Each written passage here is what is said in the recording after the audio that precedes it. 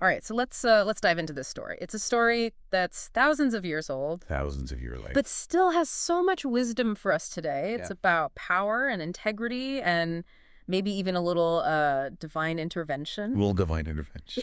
Oh, and did I mention a talking donkey? Can't forget about that. We are unpacking the story of Balaam from the book of Numbers, chapters 22 through 24. It's one of those stories, it sounds like it's from a fantasy novel, Mm-hmm. but it raises some seriously thought-provoking questions about staying true to your values, especially when the stakes are high. Okay, so set the scene for us. Okay. Who is Balaam and why is he so important to this King Balak?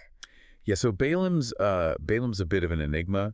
He's not an Israelite, Okay. but he's recognized as a prophet, someone who can communicate with a higher power, Mm-hmm. Balak, the king of Moab. He sees the Israelites as this growing threat, and he's heard about Balaam's reputation, and he gets this idea: if anyone can take down my enemies, it's this guy Balaam, this guy with the direct line upstairs. So Balak is basically looking for a spiritual weapon to wield against the Israelites, Yes. and that's where Balaam comes in. Yeah, he sends messengers to Balaam with this offer that's almost too good to be true. I was going to say, how good is this offer? I mean, we're talking palaces overflowing with gold and silver. We're talking a level of prestige and power most people could only dream of. Wow. All Balaam has to do Shuhi. is curse the Israelites. Wow. Talk about a tempting proposition. Would you have the willpower to say no to that? I don't know. It would be tough, right? Yeah. But here's where it gets interesting. Okay. Balaam does initially refuse. He tells Balak's people, even if Balak gave me his palace filled with silver and gold, I could not go beyond the word of the Lord my God. So, lesson one from Balaam's story. Even when facing just incredible pressure, it's possible to stay true to your values. Like, it would have been so easy for him to cave, to prioritize personal gain over his principles, but he draws a line in the sand. It draws a line, and that's where we start to see the real meaning of integrity. It's not just about being honest. It's about knowing what you stand for and having the guts to stick to it, even when you're faced with just enormous temptation. But hold on, Balak doesn't give up that easily, does he? Oh, no. It sounds like he's pretty determined to get Balaam on his side. Oh, absolutely. He sends even more prominent emissaries, promising even greater rewards. I mean, you can practically feel his desperation. It's a classic example of what we might call escalation of commitment. The more he invests in this plan, the harder it is for him to back down, even when it's clear that it was clearly not working. Okay, so we have this intense standoff. Balak is pulling out all the stops. All the stuff. And Balaam's holding firm to his principles. Yep. It feels like a classic battle between greed and integrity. Greed, integrity, yeah. So what happens next? Does Balaam finally give in? Well, he sets out on the journey to meet Balak, but let's just say things take a turn for the unexpected. Okay. This is where the talking donkey enters the picture. Wait, hold up. A talking donkey. I think we need to unpack this. Yeah. Was it a dream? Some kind of metaphor? What's the deal with this donkey? Well, that's the beauty of the story. It leaves a lot open to interpretation. Better. Some might see the talking donkey literally, others as a symbol of Balaam's inner voice or conscience trying to guide him. Right. But regardless of how you interpret it, the donkey becomes this unlikely voice of warning. So we're already getting like some deeper layers here. Layers, yeah. It's not just about saying no to temptation. Right. It's also about paying attention to those internal nudges, those moments where something just doesn't feel right, even if it seems like a good deal on the surface. Exactly. And it gets even more intriguing because it turns out there's an angel blocking Balaam's path, invisible to him but seen by the donkey. Orse. And this raises some fascinating questions about how we receive guidance. Yeah. Whether through intuition, unexpected sources, or even what some might call divine intervention. This is where it gets really interesting, right? Imagine you're Balaam, you're riding along, you're thinking you're in control, and all of a sudden your donkey starts talking, warning you of danger. I mean, talk about a moment of reckoning. Yeah, it forces him to pause. Yeah. It forces him to consider, am I really on the right path here? Is this about following my principles, or is this about chasing after riches and recognition? Mm-hmm. The talking donkey becomes a catalyst for self-reflection. I like that. For questioning his motivations and considering the potential consequences of his actions. Okay, so we've got a king desperate to curse his enemies, Yeah, a prophet wrestling with temptation, and a talking donkey throwing a wrench into the whole plan. that's a good way to put it. It sounds like the story's just getting started. What happens when Balaam finally reaches Balak? Well, picture this. Balak has gone all out, altars, sacrifices, the whole 9 yards, to make this curse, like, as potent as possible. He's not messing around. Oh, no. He even takes Balaam to these different hilltops overlooking the Israelite camps, trying to find, like, the perfect spot Oh, wow. for the curse to hit its target. He's really pulling out all the stops. Like he's Yeah. directing some ancient, dramatic ritual. Yeah, like a big production. You can practically feel the tension building, what's Yeah. going through Balaam's mind at this point. I mean, he's come all this way.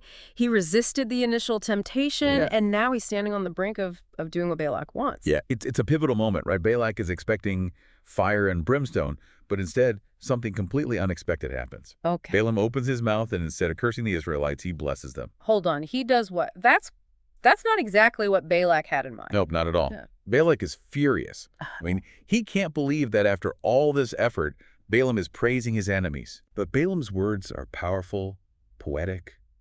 He speaks of the Israelites being blessed, numerous as the stars, protected from any curse. So it's like his initial commitment to integrity, that refusal to compromise his values, is somehow playing out on this like grander scale. He's become a conduit for something bigger than himself, even if it's not what he initially intended. Exactly, and it raises that age-old question about, free will versus destiny. Right. Was Balaam truly in control of his words, or was he simply a vessel for a message that had to be delivered? It's a question that philosophers and theologians have, grappled with for centuries. That's a pretty heavy concept to wrap our heads around. But let's bring it back down to earth for a second. What can we, like in our everyday lives, learn from this strange turn of events? I mean, I don't think most of us are going to encounter talking donkeys or kings asking us to curse anyone anytime soon. Fair point. But think about it this way. How often do we find ourselves going along with something we know isn't quite right? Maybe for fear of rocking the boat or disappointing someone. Yeah. Balaam's story reminds us that aligning ourselves with a greater good, with principles that go beyond our own self-interest, can sometimes lead to these surprising outcomes. Okay. Outcomes that ultimately benefit not just ourselves, but the people around us. So even if we don't have a king breathing down our necks, we all face those moments where we have to choose between what's easy and what's right. Right. And sometimes, like in Balaam's case, doing the right thing can have a ripple effect, impacting others in ways we might not even anticipate. Exactly. It's about recognizing that our choices have consequences, Mm-hmm. and those consequences can extend far beyond ourselves. Okay, so Balak's understandably upset. Does he just give up and send Balaam packing after this first failed attempt at cursing the No, Israelites? not a chance. He's convinced that maybe they just need a change of scenery. Okay. So he takes Balaam to another location, thinking a different vantage point might do the trick. Right. But guess what? Same thing happens. Balaam, instead of cursing the Israelites, delivers another powerful blessing. He's really sticking to his guns here, He is. defying Balak's expectations at every turn. Yeah, it takes a certain kind of courage to stand up to a king, especially when you've been promised riches and power. Oh, absolutely. And it speaks to the importance of aligning our actions with our values. Like, it's not enough to just have good intentions. We Right. have to follow through, Follow through. even when it's difficult or even Yeah. when it means going against the grain. Absolutely. It's about cultivating that consistency of character, that inner Mhm. compass that guides our decisions, regardless of the external pressures we face. So what happens to Balaam? Does he finally get his reward, or does his integrity come at a cost? Well, that's where the story takes another interesting turn. Okay. He doesn't get the riches he was promised. Oh. In fact, he ends up advising Balak on a strategy that, ironically, leads to the downfall of his own people. Wait, what? So even after resisting the temptation to directly curse the Israelites, he ends up playing a role in their downfall. That's a pretty tragic twist. Yeah, it's a reminder that even when we have these glimpses of right action, even when we resist overt temptation, we can still be susceptible to making choices that ultimately harm ourselves and others. It highlights the fragility of human nature, how even someone who shows these moments of great integrity can falter and make decisions that have devastating consequences. So it's not a simple story of good versus evil, right? No. It's more nuanced than that. It's more nuanced. It's about the complexities of human motivation, Mhm. that constant struggle between temptation and integrity, and the ripple effect of our choices. Exactly. It's a story that challenges us to examine our own lives, to reflect on those moments where we've faced similar dilemmas, Yeah. and to consider how our choices shape not just our own destinies, but the destinies of those around us. It makes you think about the leaders and influencers in our own time, the people who have the power to sway public opinion or make decisions that impact the lives of many. What are their motivations? Are they driven by a desire to serve a greater good, or are they more focused on personal gain, even if it comes at the expense of others? That's a really important question to ask, especially in a world where information travels so fast and the consequences of our actions can be so far-reaching. So how does this ancient story about a prophet, a king, and yes, a talking donkey apply to us today? What are the key takeaways for the listener who might be facing their own ethical dilemmas? Yeah, it's like a cautionary tale reminding us that even those who seem to have, a strong moral compass can stumble, Yeah. can make choices that lead to these unintended consequences. Yeah. It really humanizes Balaam, showing that he's not this perfect, untouchable prophet. He's someone who grapples with, the same kinds of internal conflicts that we all do, right? And that's what makes this story so relatable. It's not about achieving some impossible standard of perfection, but it's about recognizing that we all have the potential for both good and bad choices. It challenges us to examine our own motivations, to ask ourselves, what are those core values that I would never compromise, even if it meant losing everything. So let's flip the script for a second. Let's put ourselves in Balaam's shoes. Imagine you're facing that level of pressure, that temptation to choose personal gain over what you know is right. Would you have the courage to say no? What are your non-negotiables? Those principles that define who you are at your core. That's the $1 million question, isn't it? It's easy to talk about integrity in the abstract, Oh yeah. but when we're faced with these real life dilemmas, it can be incredibly difficult to stay true to our values, especially when there's so much at stake. Yeah. Our reputation, our financial security, even our relationships. Absolutely. It's in those moments of pressure that our true character is revealed. Yeah. And the story of Balaam reminds us that integrity isn't just some like feel-good concept. Right. It has real-world consequences. Like think about how Balak initially trusted Balaam, even though he was an outsider. That trust was built on Balaam's reputation for integrity. Right. But when Balaam's actions ultimately lead to the downfall of his own people, that trust is shattered. It shows us that even small compromises to our values can have these long-term ripple effects, damaging relationships and eroding the foundation of trust that we've built. It's like that saying, integrity is doing the right thing even when no one is watching. But here's the thing. People are always watching. Right, right. They might not say it, but they notice when someone consistently acts with integrity. Yeah. And it builds a reputation, a sense of reliability and trustworthiness Yeah. that extends far beyond any single decision or action. So in a world that often seems to reward shortcuts and quick fixes, this story is a powerful reminder like that integrity still matters. It might not always be the easy path, All right. but it's the path that leads to lasting success and fulfillment. And it's not just about individual gain. It's about building a society where trust and ethical behavior are valued, where people feel confident that those in positions of power will act with integrity, even when it's difficult.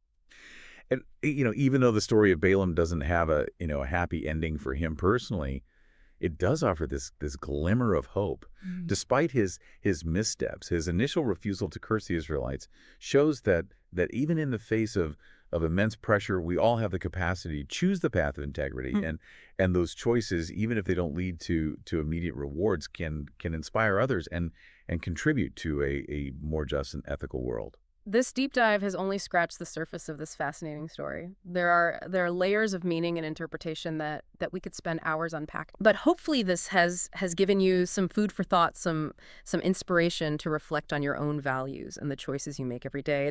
It's a reminder that the stories we tell, even those from ancient times, still have the power to challenge us, to make us think about the kind of people we want to be and the kind of world we want to create.